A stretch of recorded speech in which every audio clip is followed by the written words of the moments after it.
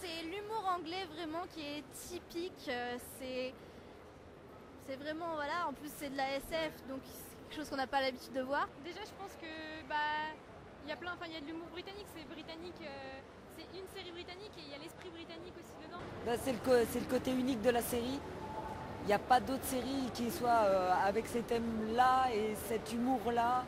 Son originalité, son scénario, son côté complètement foufou, la crazy science comme ils disent, et les acteurs aussi qui sont très charismatiques. L'histoire déjà. Doctor Who, ça a une grande histoire, ça a commencé en 63 et pour moi c'est vraiment... Ouais, quoi ? Oui, en fait c'est le côté historique, ce côté imprégné dans l'histoire anglaise. Sur la durée, elle a très bien vieilli. Je veux dire, les épisodes continuent à avoir du succès alors que la série a quand même commencé en 1963. Et puis ce qui fait son charme, c'est un peu sa diversité au niveau des thèmes. Il y a un peu de tout, il y a de l'humour, de la science-fiction, un peu de drame.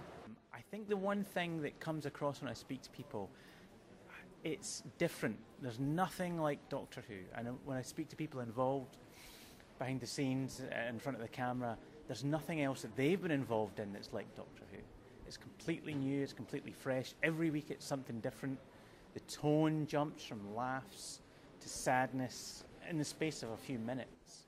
On peut aller dans toutes les époques, on peut aller sur toutes les planètes et l'idée de la régénération pour le personnage du Docteur, ça permet tout simplement de régénérer la série elle-même, puisque grâce à ça on a pu avoir différentes personnalités et donc finalement ne pas se lasser de ce personnage. En fait c'est quelque chose, on arrive à s'y reconnaître assez facilement je pense, dans les personnages, ne serait-ce que dans les compagnons du Docteur. On a tous envie de devenir un jour l'un des compagnons du Docteur. Je dirais tout d'abord ce sont les scénarios qui sont en grande partie la force de Doctor Who.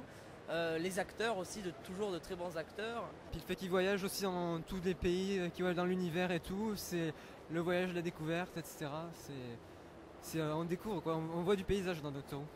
Le fait qu'il soit un peu excentrique et ça apporte une sacrée touche. Un seigneur du temps de 909 ans ou 10 ans aujourd'hui, ça a le temps d'être excentrique. C'est pas quelque chose de violent, enfin ça peut être violent mais c'est pas de la violence gratuite et c'est pas de la violence qu'on montre vraiment, c'est plus de la violence au niveau des émotions que de la violence physique on va dire.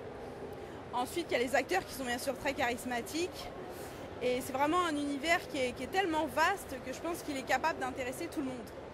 Et ça s'adresse à tout le monde, c'est-à-dire C'est tout que public. ça va aux grands-parents, aux parents, aux enfants. Il n'y a pas d'âge pour regarder la série. C'est ça, de 7 à 77 ans et je crois que c'est ce qui vraiment fait la force de Doctor Who. De mère en fils. Ouais. En plus, quand on pense que Doctor Who au départ c'était une série qui devait être instructive et tout, c'est vrai que c'est un peu parti dans tous les sens, mais on apprend quand même des choses puisque on voit des personnages historiques, on voyage à travers beaucoup de pays. Voilà, donc c'est vraiment super. People haven't got time to get bored, even over 50 years, I think. But yeah, it's unique. There's no other show like it. Blink. Ouais. Blink. J'adore Blink. Ça c'est un truc, Blink.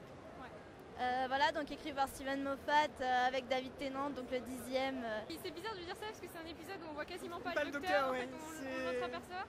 Mais déjà je pense que parce qu'on aime tous un peu se faire peur. Ouais, aussi, et puis il est vachement bien tourné, il est vachement bien réalisé. Puis c'est quelque chose qui pourrait arriver à n'importe qui. Enfin, et on voit pas le Docteur justement, c'est pas entre le Docteur et le compagnon, ça pourrait être n'importe qui. Et je pense que c'est pour ça aussi que c'est un des épisodes en général que les gens préfèrent. Mon épisode préféré, il y en a beaucoup, mais je crois que j'ai une préférence pour The Weeping Angels. Et les épisodes comme The Empty Child par Moffat en fait. Mais en fait je les aime tous donc c'est difficile à choisir. J'aime bien celui qui se passe à Paris dans Doctor Who. City of Death. Ouais, City of Death. Allez, on va dire un Inferno avec le troisième Docteur. Une histoire juste géniale qui parle d'histoire de croûte terrestre, vraiment originale de la série classique.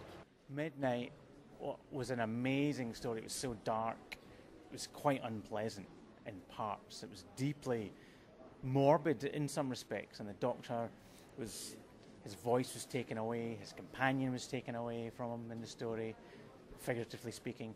And it was just a great, clever story that they didn't really spend much money on, but it was so engrossing. And every time it comes on, if it's on BBC Three, I think to myself, I'll watch 5 minutes, and then I end up watching the whole thing. I get completely sucked into Midnight.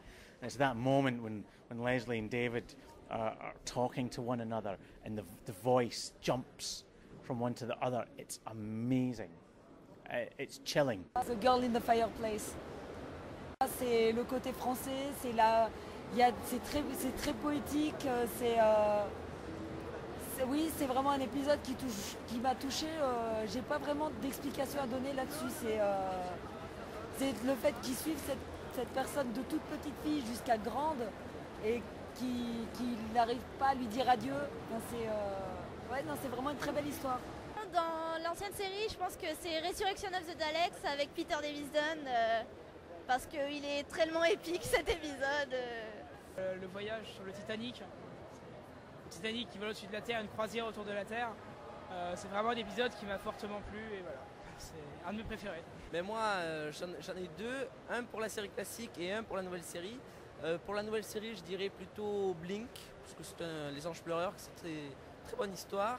Et Inferno aussi, comme Thomas, c'est une très très bonne histoire. Mais il y en a bien entendu beaucoup d'autres. Et moi, dans la nouvelle série, c'est The Pandorica Open. Parce que ça finit avec l'explosion de l'univers, de tous les soleils de l'univers, et on se demande vraiment comment ça va finir, quoi. Quand il peut y avoir un épisode après, c'est vraiment le cliffhanger le plus énorme de toute l'histoire des séries télé pour moi. Je pourrais pas vraiment choisir juste un, j'en ai trois vraiment. Underworld avec Tom Baker, La planète volée avec David Tennant, et un autre que j'aime bien aussi, c'est je connais plus le titre en français, mais c'est The Parting of Ways, le dernier épisode avec Christopher Eccleston, que j'ai beaucoup apprécié. Un peu ce retour glorieux mais très très dangereux des Daleks. Donc il y a The End of Time, les deux parties, et aussi les deux derniers épisodes de la saison 4. Alors il y a Journey's End, et je ne me souviens plus de l'épisode juste avant, du nom de l'épisode, mais c'est ces deux-là mes préférés, on va dire. Similarly, on the flip side, I turn left. No Doctor. It's always interesting. It's such a sad story. It's Britain's apocalypse, if you like. And Catherine Tate's so good in it. I love Catherine Tate, but she's never better than that was. And apart from the story being, again, incredibly sad, and it gets to that point of pure emptiness at the end when there's nothing left, and then she goes with Billy Rose and saves the world. And if that weren't enough, you then had that amazing moment where it says 2 words, Bad Wolf. I freaked out when I was watching that. I couldn't believe they pulled it off. And then you had Bad Wolf, Bad Wolf. It was amazing. It was like Utopia, the end of Utopia with the reveal of the Master. It was as amazing as that. And that was the height of my love for the show. Those 2 episodes together, I don't think I've been beaten. But they're my particular favourites. Donc, nouvelle série, je dirais Doomsday. Et ancienne série, j'ai pas vu Inferno, je peux pas juger, mais j'ai vraiment adoré la saison Trial of a Time Lord, donc je dirais ça. Genesis of the Daleks, parce que c'est quand même celui qui nous raconte l'origine des Daleks, et qui sont quand même les pires ennemis du Docteur, et je trouve qu'on n'est pas déçu de cette explication. L'ambiance est quand même super sombre. Pour une série qu'on pourrait croire à la base uniquement pour les enfants, ils sont quand même allés très très loin dans le côté quasiment nazi de Davros. Donc ouais, pour moi ça serait mon épisode préféré. Tous les docteurs réunis déjà, enfin tous ceux qui sont en vie déjà. Bah oui, c'est emblématique. Alors, pour les 50 ans de Doctor Who, moi ce que j'aimerais voir, je crois que c'est un peu comme tout le monde, j'aimerais voir revenir tous les anciens docteurs, tous les anciens acteurs, évidemment ceux qui sont vivants. Comme tout le monde, j'aimerais que tous les docteurs soient réunis, même si bon, c'est pas forcément possible puisqu'il y en a beaucoup qui sont morts. J'ai beaucoup aimé tous les compagnons, quels qu'ils soient, et j'aimerais bien, si c'est possible, les revoir aussi. Mais bon. Pour moi, ce qui est triste, c'est qu'on verra pas Caroline John vu qu'elle est décédée récemment. Elizabeth Sladen aussi, ouais, le brigadier, les Brit Stewart, Nicolas Courtney, voilà tout ça. Mais au moins avoir un maximum de compagnons encore en vie, de docteurs. I have to be honest, although I did a thing on a website that was 50 things I'd like to see in the 50th anniversary, to be honest, none of them were. I don't really care about celebrations, and I don't really like it when if it be a book or a magazine or a film or a TV show gets self-referential. I just like a good story. I'm not keen on, I don't feel the need to bring back old monsters or old companions or even old, I don't want to see Tom Baker again, to be honest with you.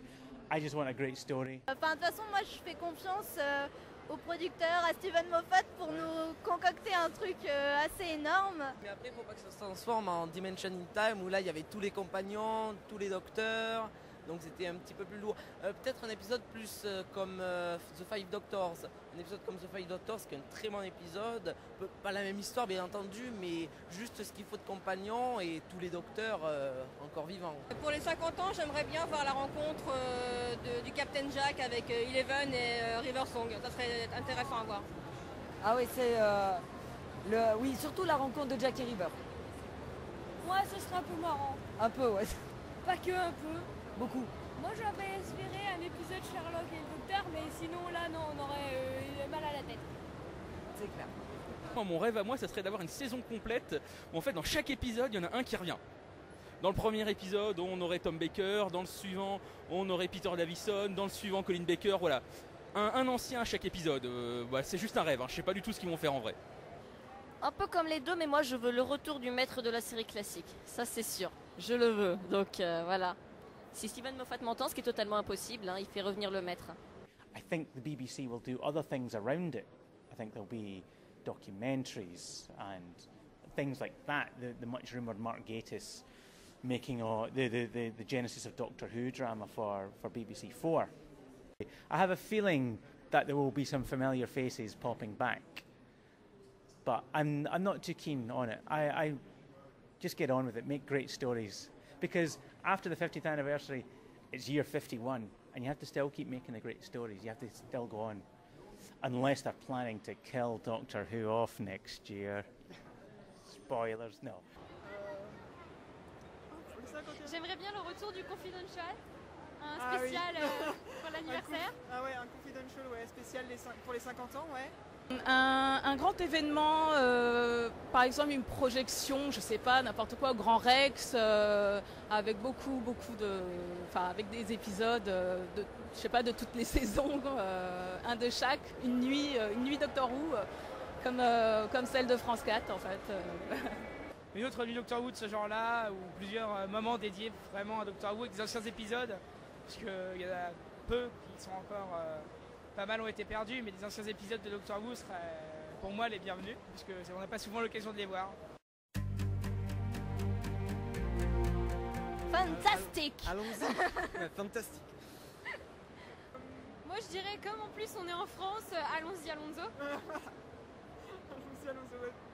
Ouais, c'est celle qu'on connaît le mieux, je crois. Ah ouais. Would you like a Jelly Baby de Ford? Ouais, moi aussi. Ah bah sinon, With Us the Polar Witchery of the Neutron Flow de Free.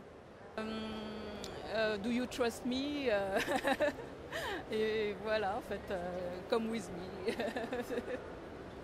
Et Don't Blink. Trust Me, I'm the Doctor. I'll explain later. Comment résumer Doctor Who avec une seule citation? Moi je dirais The Trip of a Lifetime.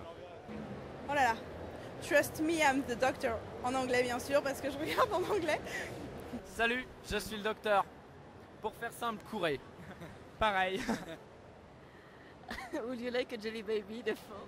C'est dégueulasse parce que moi c'est mon pseudo Jelly Babies. Non, bon allez, je vais dire les célèbres expressions To hide behind the sofa. Parce qu'à l'époque ça faisait très peur. Bon, aujourd'hui un peu moins, mais voilà. Exterminate! What's the point in being an adult if you can't be childish now and again?